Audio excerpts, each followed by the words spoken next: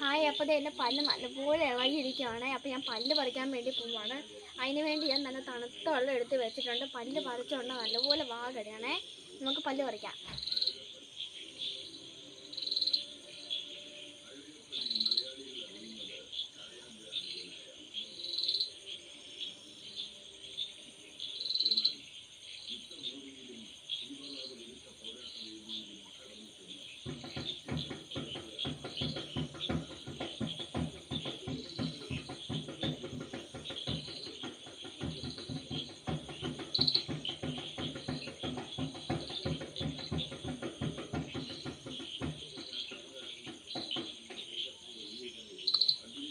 പല്ല് പറഞ്ഞ് ഇങ്ങോട്ട് വീണു.